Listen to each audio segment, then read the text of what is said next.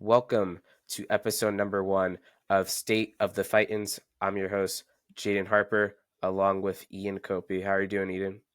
We're doing great this evening. So, the Phillies are going into now the second half of the season, starting, which would be tonight when this comes out, against the Angels.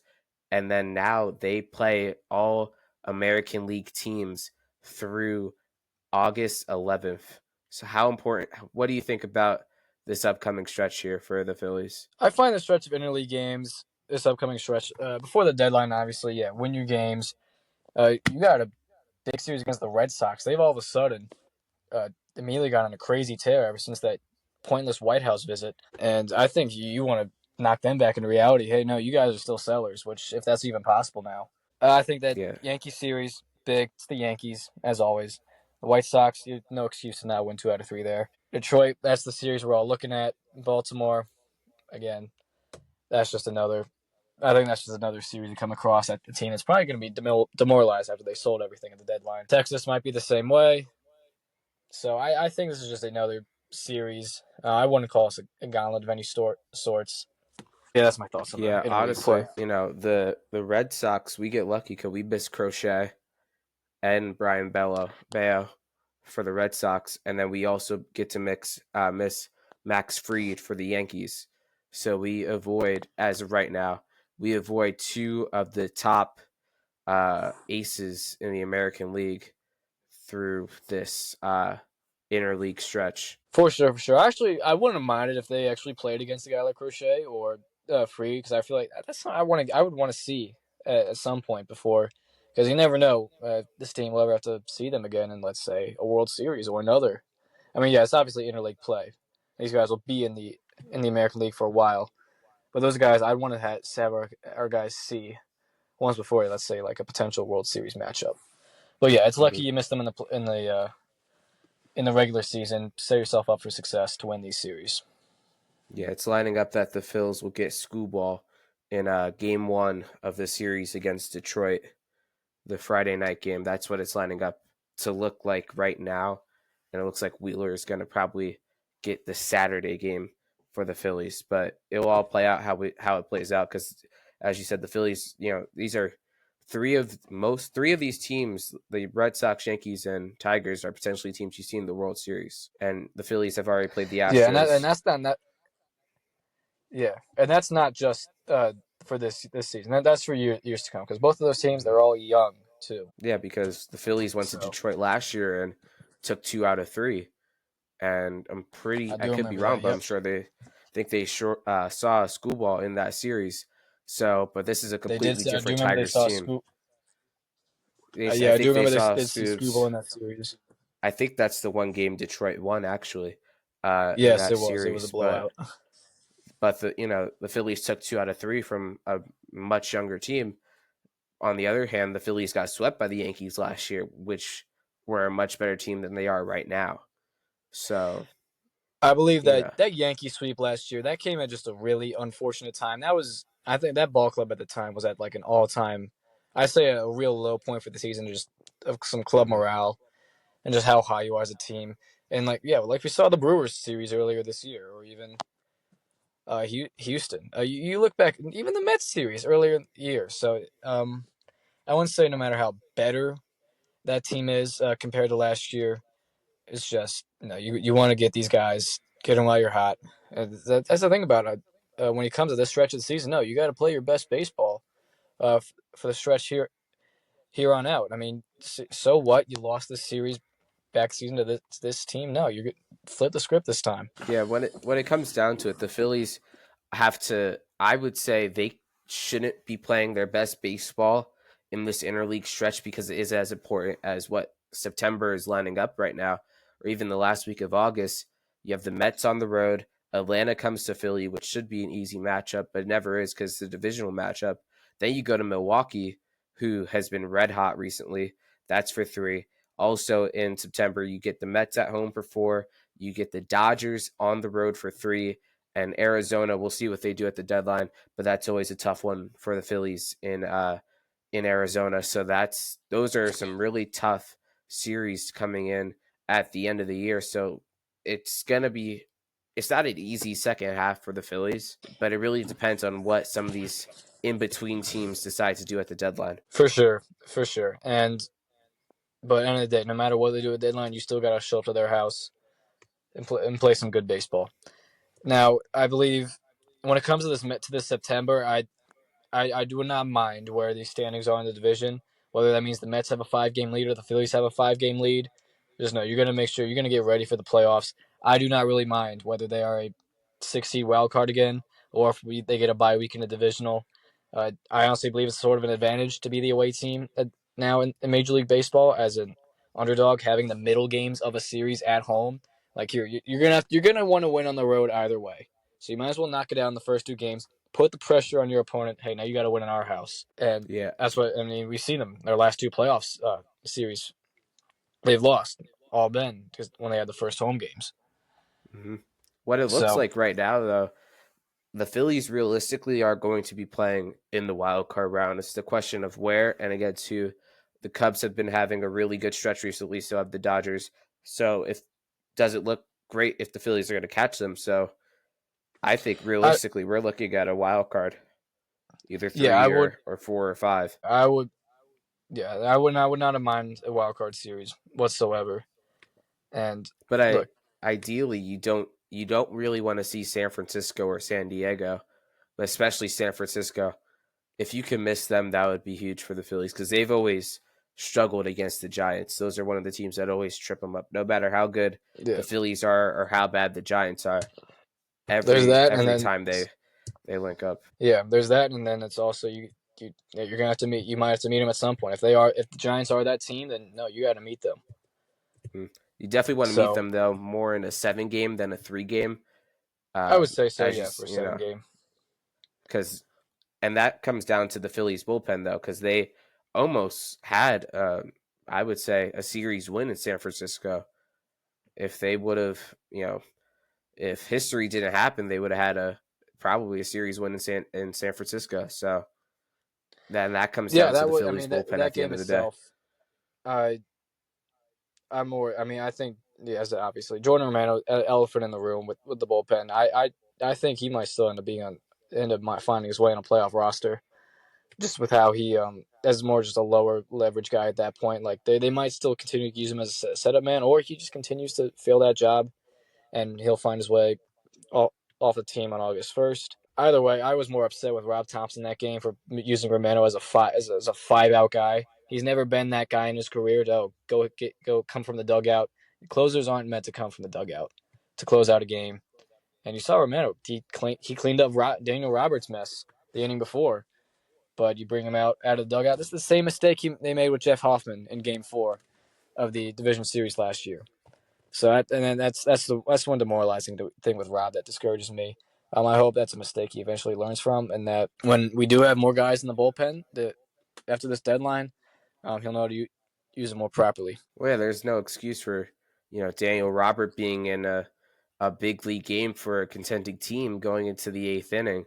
It's not, he's a good pitcher, but he's not an 8th inning guy right now in his career, especially when you have guys who've pitched in 8th and 9th innings, like a Matt Strom or a guy like Tanner Banks or the guy who'd even pitch in Orion Keggering. So Rob Thompson, that's been one of his flaws, honestly, because that you can even go back to Game 4 of the NLCS in 2023, where the Phillies lost to the Diamondbacks.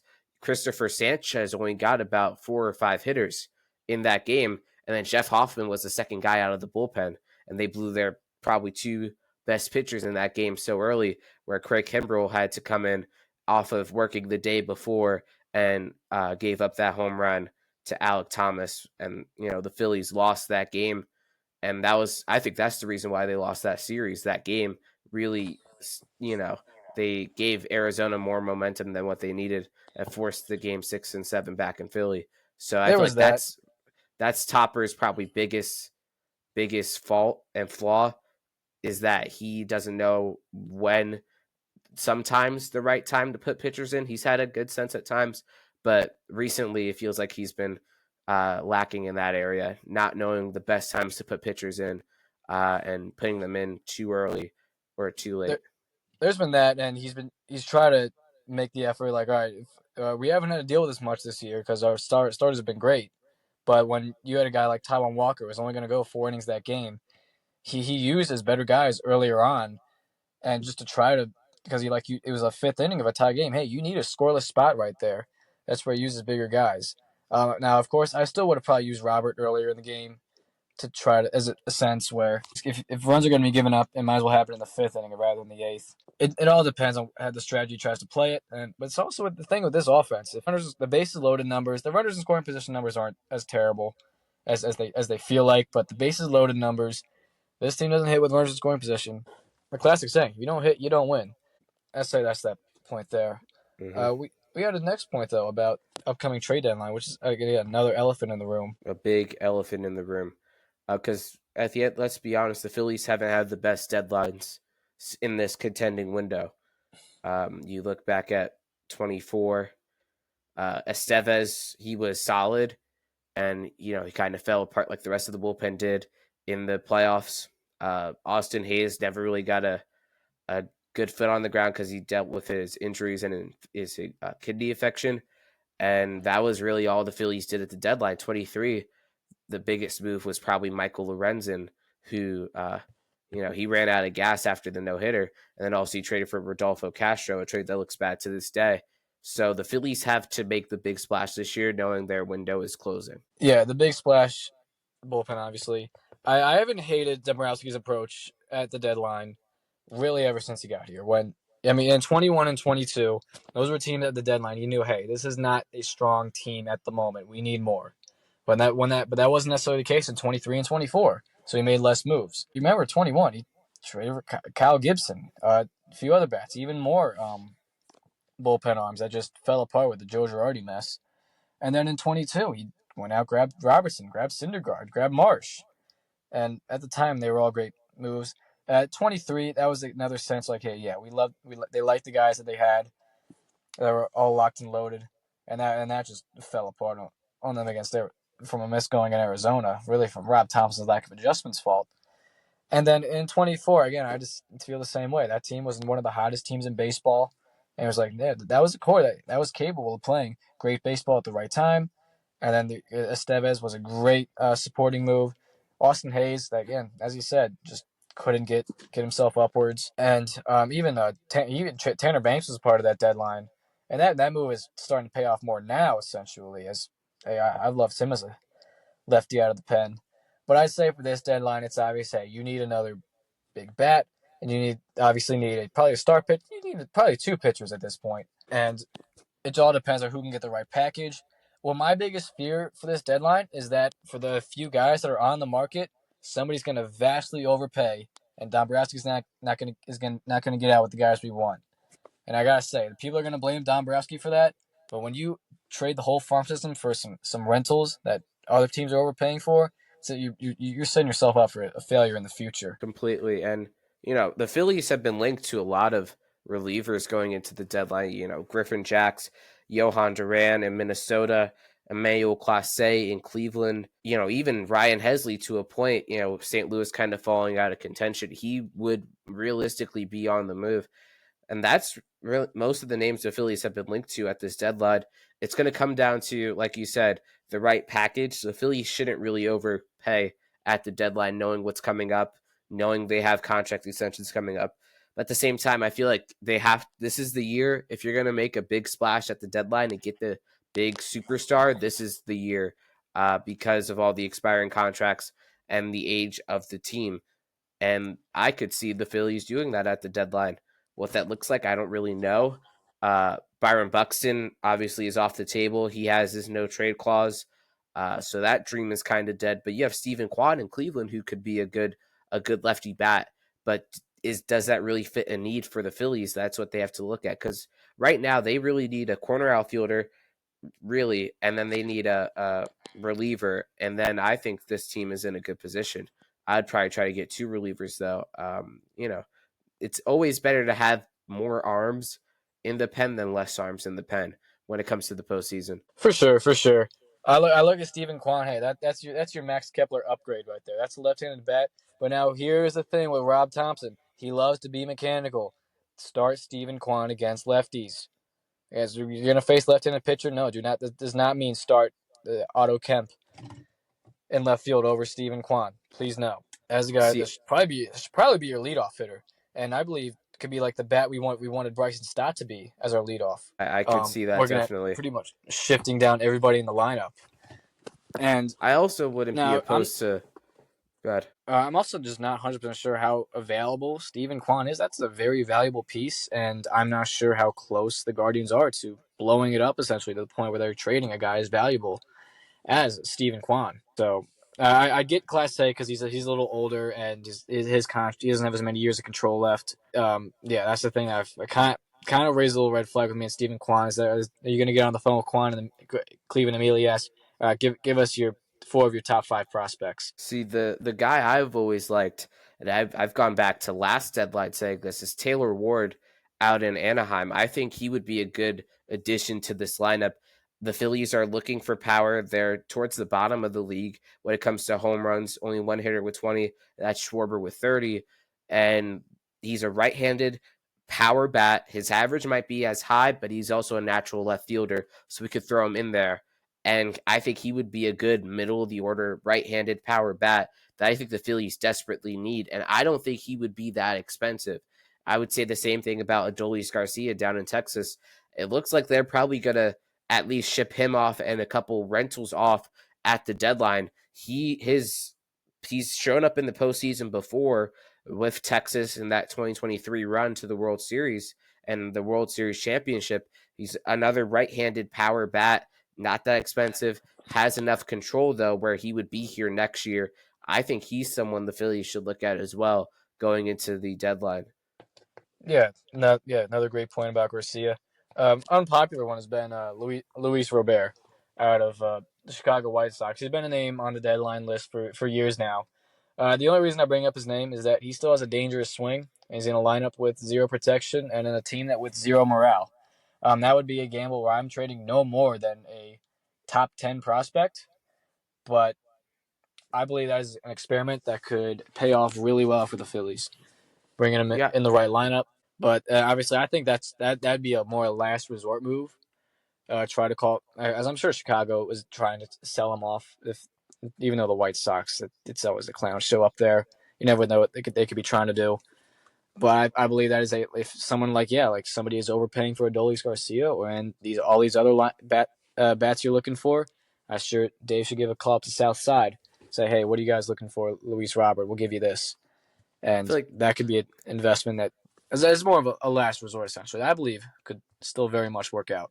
the only Um, issue with Luis Robert is the money, honestly, because he does have a club option in 26 and a club option in 27, but both of those are for $20 million. I don't know if you really want to spend $20 million on a what I would call a project outfielder right now, as it is. Chicago missed the opportunity to trade him for a lot. I don't think he's really going to get a lot back. Like I think we're talking like Gabriel Rincones here, or a prospect in that range. I don't think we're really talking one of our top five, even top seven prospects. I think he would be a cheap guy to get, but I don't know if he's the right guy for the Phillies to get It's at this obvious he's a point. project outfielder. Just I don't believe that's a project that would take longer than this rental period. If it backfires and fails, yeah, it would be pretty ugly and a bad look. But then, all right, but then you say you back out on that club option, hit free agency, buddy, and probably ends up getting a minor league deal somewhere if he can't even figure it out here under Kevin Long, who I believe I would trust to help repair Robert a bit within this a new with a new surroundings. Well, he's already helped out, a guy like Brandon Marsh, who's could like completely reworked his swing since being in Philly, and he's Absolutely. been, one of the better hitters right now. Another guy I found interesting though, and this is now a reliever, is Taylor Rogers in Cincinnati. They've been on the struggle bus recently. They might be on the move to, potentially looking at a trade. Rogers is having a really good season, and it's a rental piece. He would be here for, the rest of the year. And that wouldn't be that expensive to get. We're talking probably in the, 20-30 range of prospect rankings. So I think he would be a really good piece to add to the bullpen. And the Phillies have also been tied to David Bednar and Dennis Santana in Pittsburgh. Bednar and Santana, they're both under control until after the 2027 season. So they would be, in my opinion, they would be good gets to add on to the roster. I am very much sold on Bednar and Santana. I love the idea of those two. Taylor Rogers, I like this. He's another 2-pitch pitcher guy, which I mean it works till it doesn't. And yeah, I would say I like the idea of Taylor Rogers since they've been on the struggle bus, and it's the damn Reds. They're always selling every deadline. Yeah, maybe I'm looking at his numbers here. He may not be at like a 20 to 30 prospect, maybe a 10 to 15, essentially. Yeah, I feel like he would be a good piece. Another guy is Kyle Finnegan. The Phillies have been linked to him for the last couple of years. If they make that move, I feel like he would be a good arm in the bullpen to get as well. Yeah. Okay. How many years of control does he have left? Who, Kyle Finnegan? Finnegan. It's just through the rest of this year because Washington non-tendered him last year. So yeah, Right. it's only the rest of this year. But again, Yeah, he's that's been one of the better pitchers. I think he would be an easy guy to re-sign. I don't think it would be a hard re-sign to get him back. I like that point there. Very much entertained. Washington, they may try a little like kind of like their colleagues down the road there, charging an in-division tax to Philadelphia. But yeah, I would very much like Kyle Finnegan. Could be another great right-handed setup man around here. And I wouldn't blame him for that in division tax.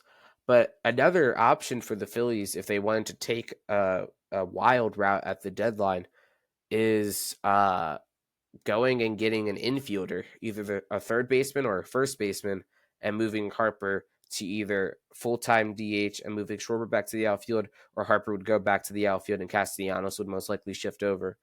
And that could be the best option for the Phillies because it is a pretty solid group of guys who could be on the move at either first base or third base at this deadline. The biggest one is Eugenio Suarez, who has over 30 home runs. He was in the All-Star game. His finger isn't broken, and he's under contract throughout the rest of the year. And he's a guy who he just bashes baseballs to left field all over the field. He had a 4 home run game this year against the Braves, more home runs in that game than Jazz Chisholm did in the home run derby.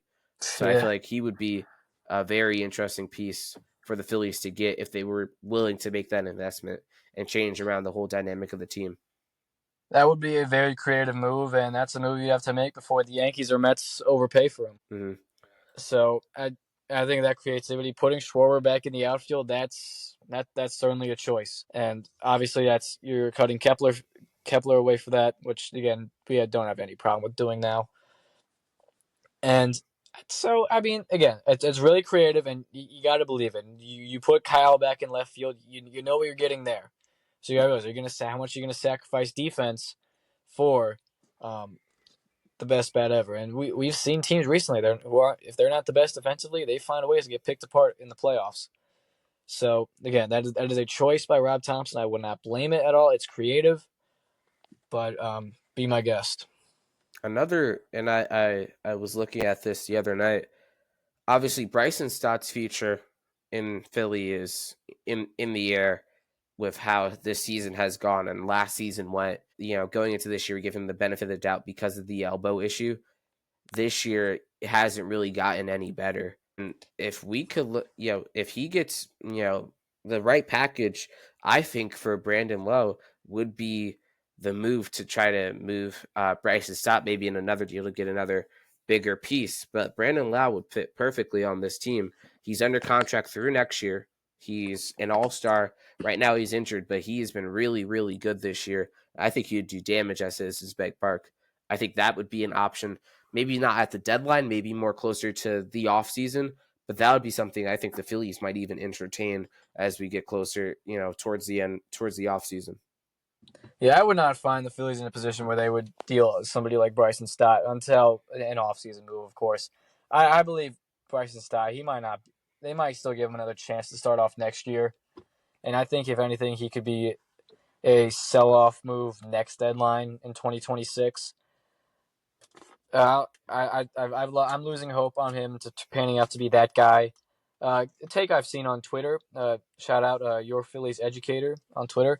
This guy he talked. He said Bryson Stott is a poor man's Mickey Morandini, and yeah, that's nothing but true. He's just a guy out there, and I believe to pull the plug on him, it takes another year or so. He has he has next year and then the year after under contract, and that's it.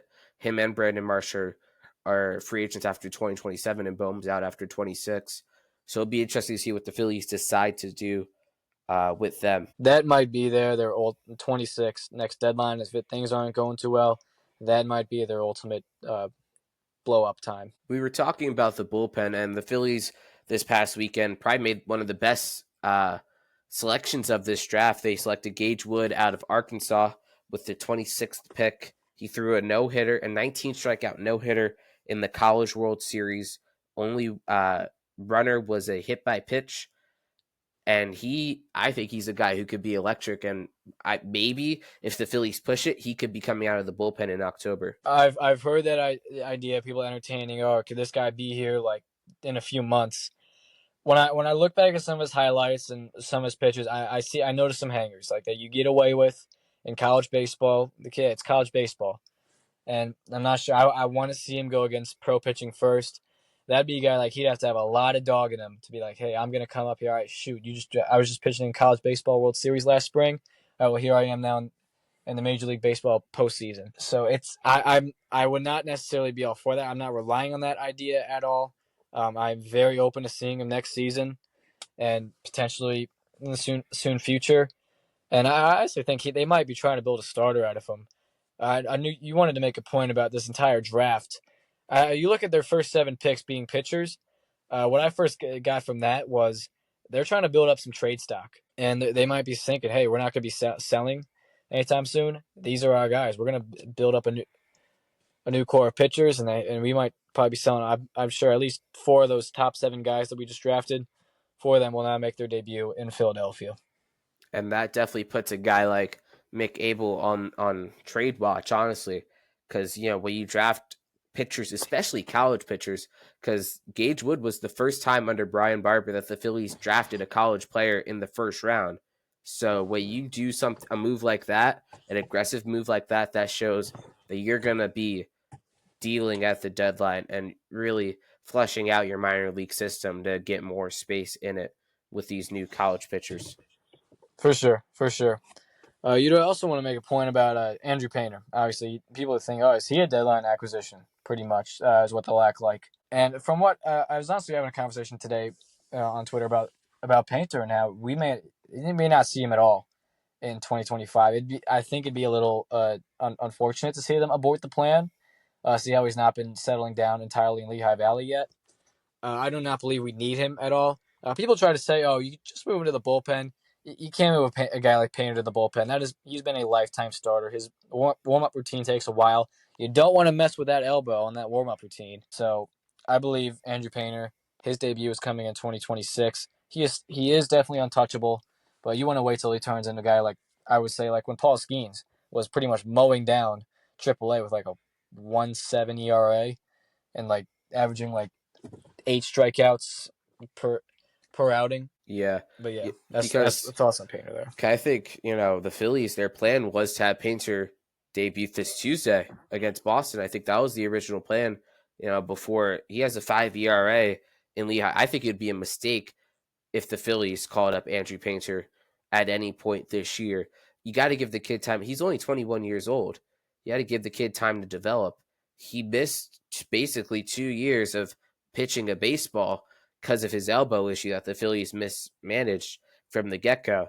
And now, the repercussions of that are showing up. I feel like it would be a huge mistake if the Phillies rushed Painter back from a serious, what I would call a serious injury. They got to give the kid time to develop.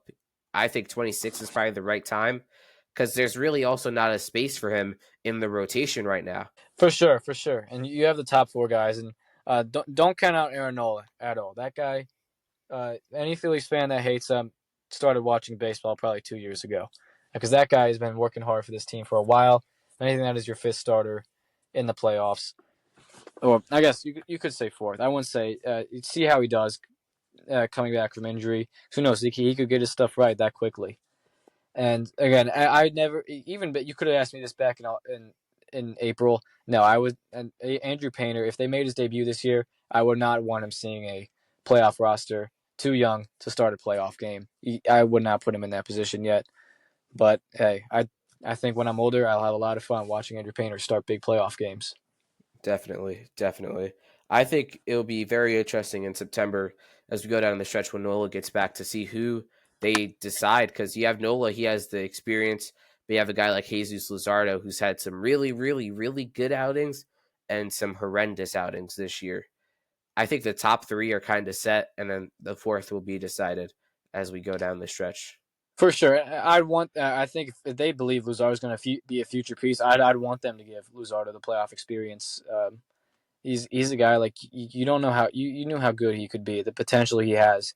I mean, his ERA it's inflated from a few bad starts, and obviously I think he catches himself leaving too many pitches over the plate, which happens to a guy who thinks a lot, like who's always pinpoint where he throws it. In those days when he's not pinpoint with his location, he's going to get hit around. So I think that's just more work with Caleb Cotham he has to do. A lot of people are trying to throw around the narrative, oh, he's tipping pitches and all this. I know people saw the thing he was doing with his glove. I wasn't entirely necessarily certain that it was continuing to happen, like with his game against the Reds and even his other bad outings where he just got hit around.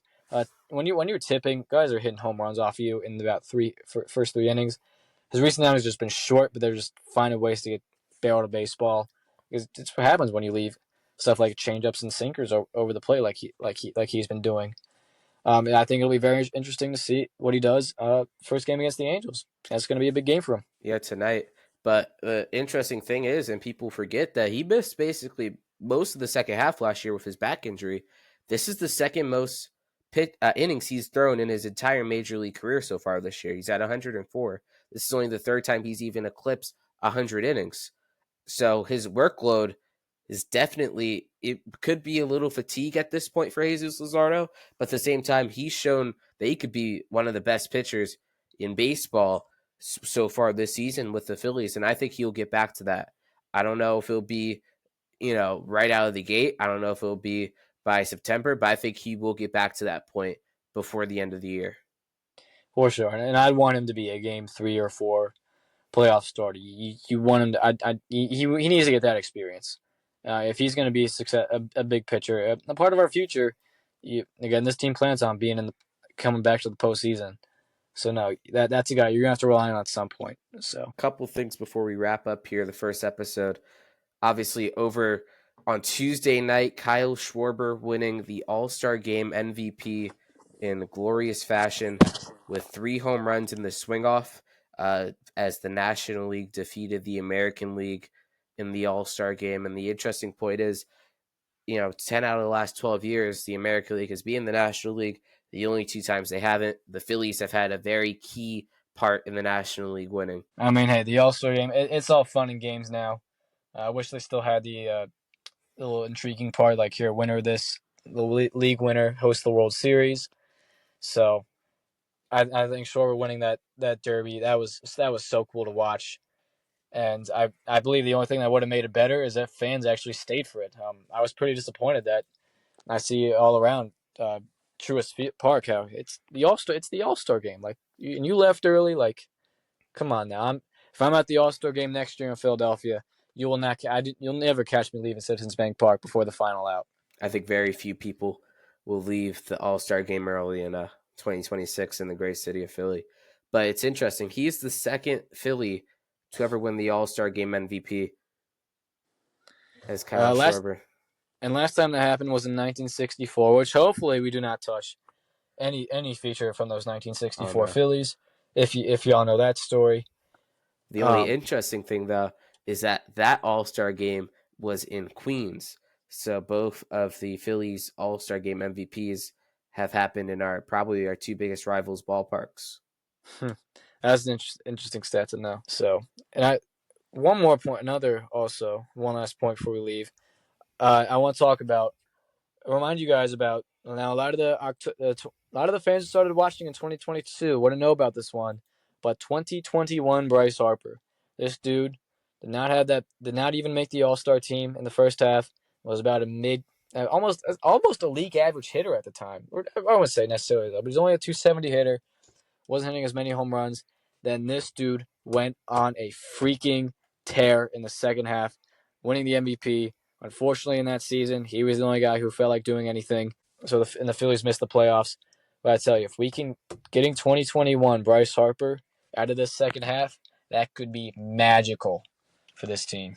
Yeah, he was on a tear that year, and it just really didn't go right for the Phillies at all in that season with Reese going down really early. He was on a tear that year. The pitching, the bullpen blew. I read this a couple years, almost 50 saves, right? And Yeah. throughout the year, and that would have won the division for the Phillies.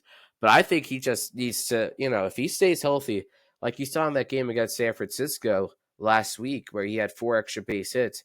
When Bryce Harper's healthy, he's one of the best hitters in Major League Baseball. And I think he could get there. When he gets hot, there's no one better than him. I remember last summer we were talking about MVP. Is it Bryce Harper or is it Shohei Ohtani? And Yes. when Bryce Harper gets to a level, there's very few players that can get to how good he is when he's on a tear. And I think if he gets on the tear, the Phillies are going to cruise with the division. Absolutely, and that's the type of player you need when you're getting into a pennant race. You need a few guys that are on their A game. So I think that's going to do it for this first episode. The Phillies host the Angels this weekend, then the Red Sox. That's the 6-game homestand. Then it's the deadline. A big stretch of baseball coming up. Pleasure to do this first episode, guys.